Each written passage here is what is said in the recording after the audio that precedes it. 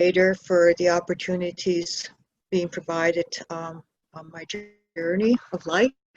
And I want to thank Cassie and her mom, Sandy, and your opening comments and your sharing with us on your challenged child.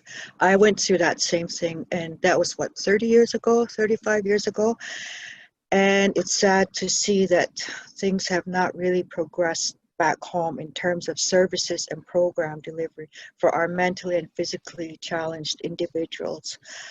I myself went through that with my son, Kevin, and I had to lobby with the governments for about four years, with the federal, provincial government, our own chief and council, the committees, and the Department of Health. And then we were able to get the first little portable unit for educating the special needs kids there. So I really, really take to heart your story, Sandy, and I thank you for inviting me to this forum.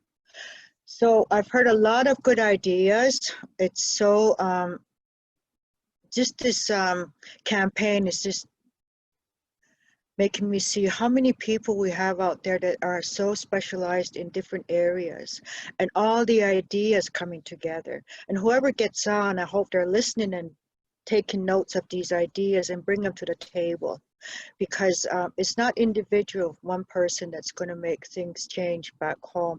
It's going to be the communities supporting their chief and council with their ideas. And I think that's going back to our clan ways of in a circle, we're all equal, and every one of us, our contributions are really important.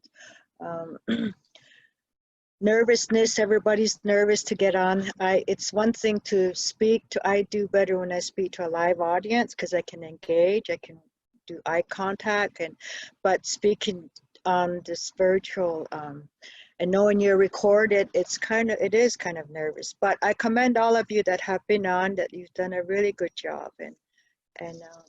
So I am Elaine Creighton. My Blackfoot name is Yellowbird Woman Atquipik Saki. My parents are the late Isaac Yellowwings, and my mom is Rosabelle Creighton Yellowwings. She's Maminaki. My grandmother was Flora Creighton, and my grandparents were the Aloysius and Teresa Crawford of Idomina Napriaki. I was born and raised on a blood reserve. I've been off reserve the last 29 years, lack of housing. But out of my trials in life, I've been able to get a Bachelor of Management degree. And I have had the opportunity to work on and off the reserve for some 38 years. So I've lived both worlds, and I see the struggles on the reserve and in the city. And it's really important now that people cry for change, and what's going on today. I've got 2 platforms, well 3, so I'll go right into that. The forum from last night, Travis plotted here. He says we need to be doing something yesterday for our people that are dying today, and that's the addictions. To me, that's paramount to, yes, we've got all these good long-term programs and services and projects moving forward, but I really believe that we need to focus on healing our people. I should have mentioned I have a Bachelor of Management degree from the University of Lethbridge, and I majored in Human Resources. And I'm currently working towards a Master of Health Sciences with a focus on Aboriginal health. So I'm well aware of our history. We have a shared history. And I believe that history is the legacy of that history is what we are seeing today with the multi-generational effects of addictions, dysfunctions, and the disconnects. They're finding out that the number one reason for the addictions is the disconnections from self, family, community, higher power. And that's something we need to, as a group, we need to come together and really support each other. So moving forward, I would like to state that we need to expand the efforts on the what they've been working on the reserve to address the opioid crisis. We need to streamline. We're all working in fragments. Everybody's working different areas. addressing this, and I think we need to streamline the initiatives and the efforts. Um,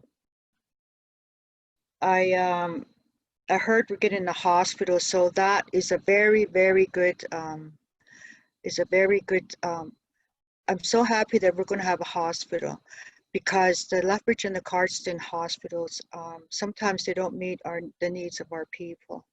And we really need to help, have our own professionals help our people. I think we need a transition. We do have a transition home on the reserve. We've got the detox, we've got Department of Health.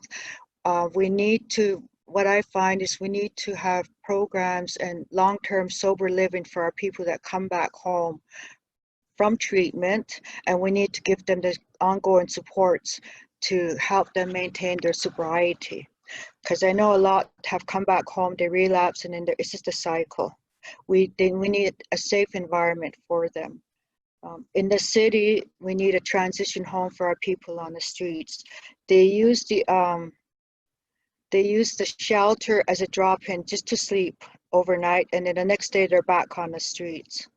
And to me, that's not really helping them. They don't like going there. In that shelter. I believe we need our males, a safe house, a male lodge for the male members of our community in the city. There's really no place for them. Our women can go to the YWCA. They've got the Blackfoot Family Lodge still going. They have access to some resources. But for the men, there really is nothing. I was talking to Mark Braverock. He's still working with the Sage Clan Patrol, and he really needs the tribe to come and support their efforts in the city. They're struggling, and I think Lance and a few of them have gone out they're really trying to support them, but I think they need a lot more involvement from our tribe. We need transportation for our members on the reserve and off reserve to go to attend support programs and services. Let's see, what else do I have? Kind of nerve-wracking here because I'm kind of the last one to speak, and everybody's had such good ideas. And Calgary, we can't forget the people living in Calgary. They too go through a lot. When you live off the reserve, like I'll speak quickly on urban living. For 29 years, my daughter and I and all relatives in the city, we have to pay rent first of the month, no ifs, ands, or buts about it. On top of that, utilities, and we pay for water, garbage. So in a ways, even though it's hard, it's making us stronger individuals. And I think we need to they count our heads when they're doing funding formulas. They count the members. But when the funding comes, we have limited access to those funds.